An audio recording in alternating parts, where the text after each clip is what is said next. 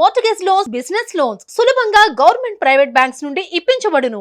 అదే విధంగా మన దేశం వ్యవసాయ ప్రధాన దేశం. వ్యవసాయ ప్రధాన దేశం మాత్రమే కాకుండా వ్యవసాయ ఆధారిత దేశం కూడా. నేటికి సైతం మన దేశంలో 60% మంది వ్యవసాయం మీద ఆధారపడి జీవనం గడుపుతున్నారు.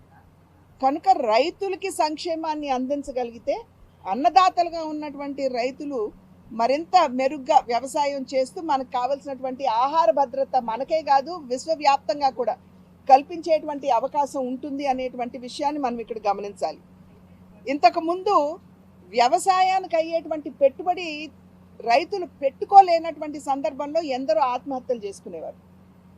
కనుక 2019 సంవత్సరంలో నరేంద్ర మోడీ గారు ప్రధాన్ మంత్రి కిసాన్ సమ్మాన్ యోజన అనేటువంటి కార్యక్రమాన్ని ప్రవేశపెట్టి పెట్టుబడి కింద కేంద్ర ప్రభుత్వం తరఫున దేశంలో ఉన్నటువంటి రైతులు ఎవరైతే పేర్లు రాష్ట్ర ప్రభుత్వం కేంద్రానికి పంపిస్తుందో వారందరికీ కూడా కిసాన్ సమ్మాన్ నిధి కింద 6,000 రూపాయలు 3 విడతలుగా వారికి అందించేటువంటి ప్రక్రియ కేంద్ర ప్రభుత్వం చేపట్టింది. ఇవాళ ఎంత సమర్థవంతంగా జరుగుతుందంటే రాష్ట్రం తన వాటా ఇచ్చినా ఇవ్వకపోయినా, అంటే ఇప్పుడు రైతు భరోసా అని అనేక కార్యక్రమాలు మనం చూస్తున్నాం. కేంద్రం ఇచ్చే 6,000కి రాష్ట్రం జతపరిచి ఇవాళ ఇస్తున్నారు. కనుక రాష్ట్రం తన వాటా ఆలస్యం అవుతుందేమో కానీ కేంద్రం ఇచ్చేటువంటి వాటా ఎక్కడా కూడా ఆలస్యం కావడం లేదు.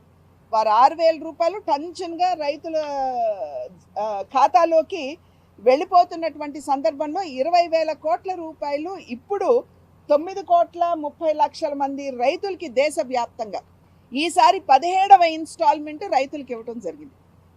గడిచిన 5 సంవత్సరాల కాలంలో కనుక చూసుకున్నట్లయితే 3 లక్షల కోట్ల మేరకు రైతులకి దీని మాధ్యమంగా లబ్ధి చేకూరి దగ్గర 12 కోట్ల మంది రైతులకి ఇది లాభం చేకూర్చినటువంటి విషయాన్ని మీ మాధ్యమంగా మేము ప్రజలకి తెలియజేస్తున్నాం.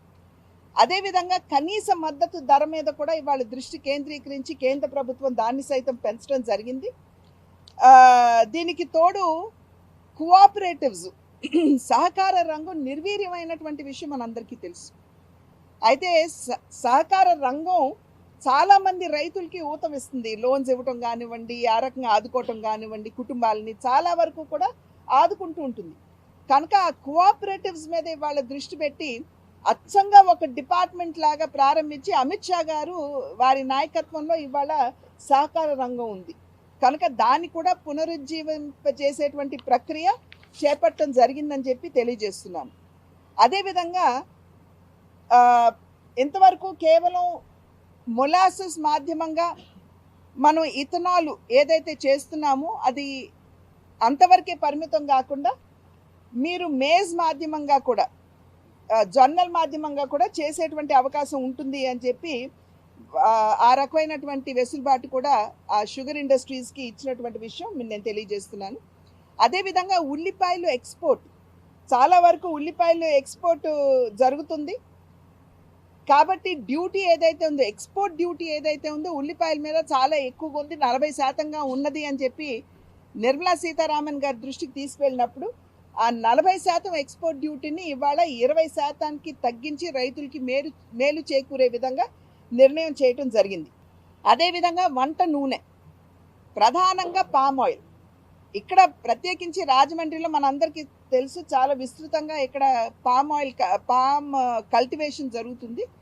ఆ నేపథ్యంలో వారందరూ కూడా వారు నాకు ఇచ్చినటువంటి రిప్రజెంటేషన్ని నిర్మలా సీతారామన్ గారి దృష్టికి అదేవిధంగా పీయూష్ గోయల్ గారి దృష్టికి కూడా తీసుకువెళ్ళటం జరిగింది. ఇవాళ కేంద్ర ప్రభుత్వం తీసుకున్నటువంటి నిర్ణయం క్రూడ్ పామ్ ఆయిల్ ఏదైతే ఉందో, పామ్ ఆయిల్ కావచ్చు, సన్ఫ్లవర్ ఆయిల్ కావచ్చు, అదేవిధంగా సోయాబీన్ నూనె కావచ్చు, వీటి మీద ఏదైతే ఇంతకు ముందు దిగుమతి కేవలం 12%గా ఉండేదో డ్యూటీ, దాన్ని 32%కి పెంచినటువంటి విషయాన్ని మీ మాధ్యమంగా ఇక్కడ ఉన్నటువంటి పామ్ ఆయిల్ రైతులకు కూడా నేను తెలియజేస్తున్నటువంటి విషయం. అదేవిధంగా ఇన్ఫ్రాస్ట్రక్చర్ ఫండ్ అగ్రికల్చర్కి, సాధారణంగా రైతులు ఇక్కడ మనకి హార్టికల్చర్ కూడా ఉంటుందండి. హార్టికల్చర్ కావచ్చు, లేకపోతే ఇతరత్ర వచ్చేటువంటి వ్యవసాయోత్పత్తులు కావచ్చు, మార్కెట్ చేరేలోపు 30-40% అవి పాడైపోతున్నాయనేటువంటి విషయాన్ని గమనించి దానికి కూడా ఒక ప్రత్యేకమైనటువంటి ఫండ్ని కేంద్ర ప్రభుత్వం ఇవాళ కేటాయించినటువంటి విషయాన్ని మీ మాధ్యమంగా రైతులందరికీ కూడా తెలియజేసుకుంటున్నాను. సుమన్ టీవీలో మీ పర్సనల్ అండ్ బిజినెస్ ప్రమోషన్స్ కోసం కింది నెంబర్కి కాంటాక్ట్ చేయండి.